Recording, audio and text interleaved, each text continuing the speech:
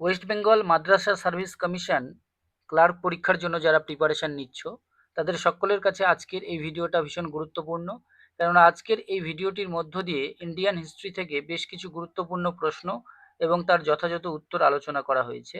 তবে আজকের প্রশ্নগুলো অনেকটাই বেসিক কোশ্চেন রাখা হয়েছে, আর যেহেতু প্রিপারেশন নিচ্ছে প্রশ্নগুলো কম বেশি উত্তর পারবে এবং যেগুলো অজানা থাকবে একবার জানা হয়ে যাবে।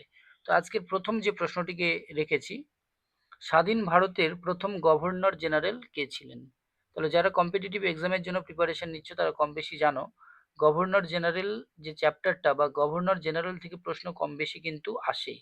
তো এই যে প্রশ্নটা স্বাধীন ভারতের প্রথম গভর্নর জেনারেল কে ছিলেন, এই প্রশ্নের যেটা সঠিক অ্যান্সার হবে সেটি হচ্ছে লর্ড মাউন্টব্যাটেন। এটি হচ্ছে এই প্রশ্নের সঠিক উত্তর। এরপর যে প্রশ্নটিকে রেখেছি, এখানে বলা রয়েছে শিবাজি উৎসব কে চালু করেছিলেন? তাহলে এই যে শিবাজি উৎসব, এটা কে চালু করেছিলেন? অপশান এতে বলা রয়েছে মহামান্য তিলক, বিতে রয়েছে মহাত্মা গান্ধী, সিতে রয়েছে নরসিংহ বর্মন, আর ডিতে রয়েছে উপরেই কেউ নন। তো শিবাজি উৎসব যিনি চালু করেছিলেন তিনি হচ্ছেন মহামান্য তিলক। এটি হচ্ছে এই প্রশ্নের রাইট অ্যান্সার। পরবর্তী প্রশ্নের দিকে এগিয়ে যাচ্ছি। এরপরে বলা রয়েছে ১৬৬৫ সালে শিবাজি কার সাথে পুরন্দরের সন্ধি স্বাক্ষর করেছিলেন? তাহলে পুরন্দরের সন্ধি খুবই গুরুত্বপূর্ণ একটা সন্ধি, আর এই যে পুরন্দরের সন্ধি যেটা ১৬৬৫ সালে শিবাজি করেছিলেন সেটা কার সঙ্গে? এবার বাকি অপশানগুলো যেগুলো রয়েছে দেখে নাও। প্রথম অপশানটিতে এখানে বলা রয়েছে রাজা জয় সিং, এরপরে রয়েছে শায়েস্তা খান, আফজল খান আর মান সিংহ। তাহলে এই চারটি অপশানের মধ্যে যেটা রাইট অ্যান্সার হবে, ১৬৬৫ সালে শিবাজি পুরন্দরের সন্ধি স্বাক্ষর করেছিলেন রাজা জয় সিং এর সঙ্গে। এটি হচ্ছে এই প্রশ্নের রাইট অ্যান্সার। এরপর যে প্রশ্নটিকে রেখেছি, পানিপথের তৃতীয় যুদ্ধ কত সালে সংগঠিত হয়েছিল? এবার সালগুলো রয়েছে কম বেশি দেখতে পাচ্ছ। প্রথম অপশানটি রয়েছে ১৫২৬ সালে, এরপরেরটি রয়েছে ১৫৫৬, তারপরেরটি রয়েছে ১৭৬১ এবং বাকিটি রয়েছে ১৭৩৯।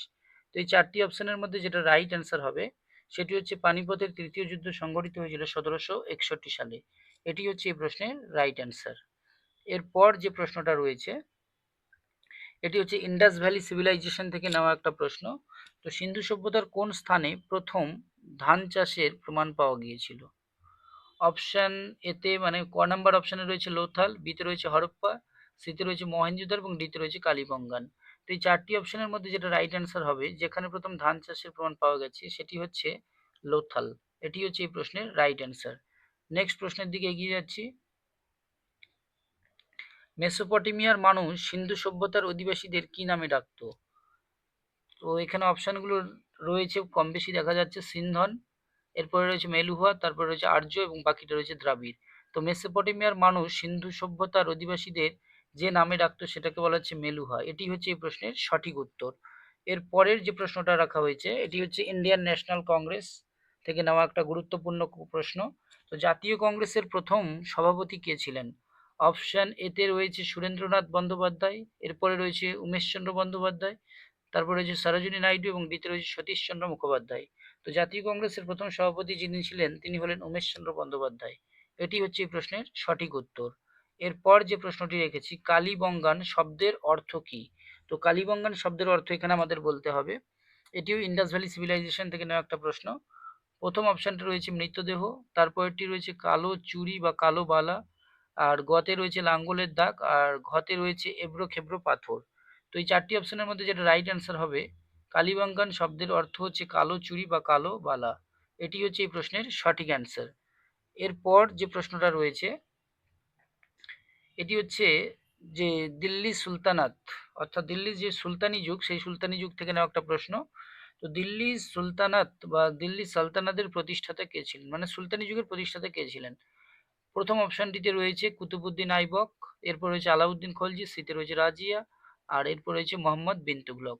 তো এই চারটি অপশানের মধ্যে যেটা রাইট অ্যান্সার হবে, এটি কম বেশি সকলেরই জানা যেহেতু এটা একটা খুবই বেসিক একটা প্রশ্ন। তো দিল্লি সুলতানাতের প্রতিষ্ঠাতা হলেন কুতুবুদ্দিন আইবক। এটি হচ্ছে এই প্রশ্নের সঠিক উত্তর। আর যদি দিল্লি সুলতানি সাম্রাজ্যের প্রকৃত প্রতিষ্ঠাতা বলা হয় সেটা কাকে বলা হয়? না, দিল্লি সুলতানি সাম্রাজ্যের প্রকৃত প্রতিষ্ঠাতা বলা হয় ইলতুৎমিশকে। এটি হচ্ছে এই প্রশ্নের জন্য এক্সট্রা ইনফরমেশন আমাদের মনে রাখতে হবে। আর ইলতুৎমিশের কন্যা ছিলেন রাজিয়া, যিনি ছিলেন দিল্লির প্রথম নারী সুলতান। এর পরবর্তী প্রশ্নের দিকে এগিয়ে যাচ্ছি। তাহলে কম বেশি বিভিন্ন বংশের প্রতিষ্ঠাতা এবং শ্রেষ্ঠ সম্রাটদের নাম আমাদের জানতে হয়। তো এখানে যে বংশটির কথা বলা রয়েছে এটি হচ্ছে সৈয়দ বংশ। এই সৈয়দ বংশের প্রতিষ্ঠাতা কে ছিলেন? প্রথম অপশনটি রয়েছে কুতুবউদ্দিন আইবক, এরপর রয়েছে আলাউদ্দিন খলজি, এরপর রয়েছে খিজির খা, আর ডিতে রয়েছে গিয়াসউদ্দিন বলবান। তো সৈয়দ বংশের যিনি প্রতিষ্ঠাতা ছিলেন তিনি হলেন, এখানে আমাদের মনে রাখতে হবে, খিজির খান। এটি হচ্ছে এই প্রশ্নের সঠিক অ্যান্সার। এরপর যে প্রশ্নটা রয়েছে, তুজুক ই বাবরি কে রচনা করেছিলেন? তাহলে তুজুক ই বাবরি যে রচনা করেছিলেন, এখানে মনে রাখতে হবে আমাদের বাবর নিজেই কিন্তু রচনা করেছিলেন। এখানে দেওয়া রয়েছে বাবর যথেষ্ট শিক্ষিত ছিলেন, এই জন্য বাবর নিজেই রচনা করেছিলেন তুজুক ই বাবরি বা তার আত্মজীবনী। নেক্সট প্রশ্নের দিকে এগিয়ে যাচ্ছি।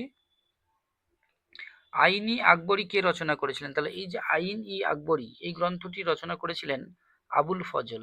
এটি হচ্ছে এই প্রশ্নের রাইট অ্যান্সার। আর গুলবাদন বেগমের লেখা একটি গ্রন্থ রয়েছে যেটা ইতিহাসে ভীষণ প্রসিদ্ধ, সেই গ্রন্থটির নাম কি? যদি কেউ জেনে থাকে অবশ্যই জানাবে। নেক্সট প্রশ্নের দিকে এগিয়ে যাচ্ছি।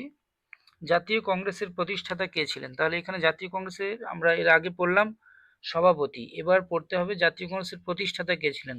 তো জাতীয় কংগ্রেসের যিনি প্রতিষ্ঠাতা ছিলেন তিনি হলেন অ্যালান অক্টাভিয়ান হিউম, অর্থাৎ শেষ অপশনটাই হচ্ছে এই প্রশ্নের সঠিক উত্তর। নেক্সট প্রশ্নের দিকে এগিয়ে যাচ্ছি। কাকে কাশ্মীরের আকবর বলা হয়? খুবই গুরুত্বপূর্ণ একটা প্রশ্ন। কাশ্মীরের আকবর কাকে বলা হয়? প্রথম অপশনটিতে রয়েছে জয়নাল আবেদিনকে, বিতে রয়েছে সিকান্দার লোদি, এরপর রয়েছে মোহাম্মদ আলী জিন্না, এবার তারপর রয়েছে আকবর। তো এই চারটি অপশনের মধ্যে যেটা রাইট অ্যান্সার হবে, কাশ্মীরের আকবর যাকে বলা হয় তিনি হলেন জয়নুল আবেদিন। এটি হচ্ছে এই প্রশ্নের রাইট অ্যান্সার। নেক্সট প্রশ্নের দিকে এগিয়ে যাচ্ছি। গদর পার্টি কোথায় প্রতিষ্ঠা হয়? তো গদর পার্টি যেখানে প্রতিষ্ঠা হয়েছিল, এই অপশনগুলির মধ্যে যেটা রাইট অ্যান্সার হবে সেটি হচ্ছে আমেরিকা।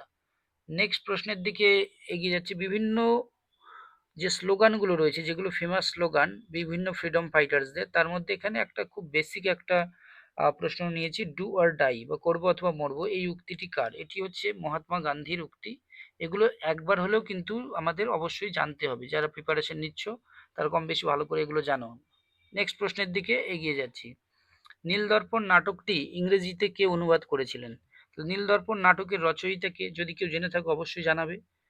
আর এই নীলদর্পণ নাটকটিকে ইংরেজিতে কে অনুবাদ করেছিলেন? প্রথম অপশনটি রয়েছে বঙ্কিমচন্দ্র চট্টোপাধ্যায়, এরপর রয়েছে রবীন্দ্রনাথ ঠাকুর, সিতে রয়েছে মাইকেল মধুসূদন দত্ত, এরপর রয়েছে উমেশচন্দ্র বন্দ্যোপাধ্যায়। তো নীলদর্পণ নাটকটিকে ইংরেজিতে যিনি অনুবাদ করেছিলেন তিনি হলেন মাইকেল মধুসূদন দত্ত। এটি হচ্ছে এই প্রশ্নের সঠিক উত্তর। এরপর যে প্রশ্নটা রয়েছে, লাইভ ডিভাইন এটি একটি গ্রন্থ এবং এই গ্রন্থটির রচয়িতা কে ছিলেন? তো লাইভ ডিভাইন নামক গ্রন্থটির রচয়িতা হচ্ছে অরবিন্দ ঘোষ। আর এই যে প্রশ্নটা, এই প্রশ্নটা বহুবার বহু পরীক্ষাতে কিন্তু এসেছে, সেন্ট্রাল লেভেলের অনেক পরীক্ষাতে এই প্রশ্নটা এসেছে বহুবার, অতএব এই প্রশ্নটা ভীষণই গুরুত্বপূর্ণ। নেক্সট প্রশ্নের দিকে এগিয়ে যাচ্ছি। দ্য অ্যাংরি রিভার এই প্রশ্নটাও গুরুত্বপূর্ণ, এটি বহুবার বহু পরীক্ষায় এসেছে। দ্য অ্যাংরি রিভার গ্রন্থটির রচয়িতা কে ছিলেন? দ্য অ্যাংরি রিভার গ্রন্থটির রচয়িতা প্রথম অপশনে রয়েছে আর কে মিশ্রা, এর পরের অপশনে রয়েছে আর কে নারায়ণ, আর পরের অপশনটিতে রয়েছে রাস্কিন বন্ড, এবং বাকি যে অপশন অর্থাৎ লাস্ট অপশন সেখানে বলা রয়েছে লুইস ক্যারল। তো এই চারটি অপশনের মধ্যে যেটা রাইট অ্যান্সার হবে, দ্য অ্যাংরি রিভার নামক বইটির রচয়িতা হলো রাস্কিন বন্ড। রাস্কিন বন্ডের এটি একটি বিখ্যাত বই, এবং রাস্কিন বন্ডের আরও কিছু বিখ্যাত বই রয়েছে, যদি কারো জানা থাকে অবশ্যই জানাতে পারো। রাস্কিন বন্ডের অন্যান্য বিখ্যাত বইগুলো কি, যেগুলো পরীক্ষায় বহুবার এসেছে এবং আসে পরীক্ষায়? নেক্সট প্রশ্নের দিকে এগিয়ে যাচ্ছি।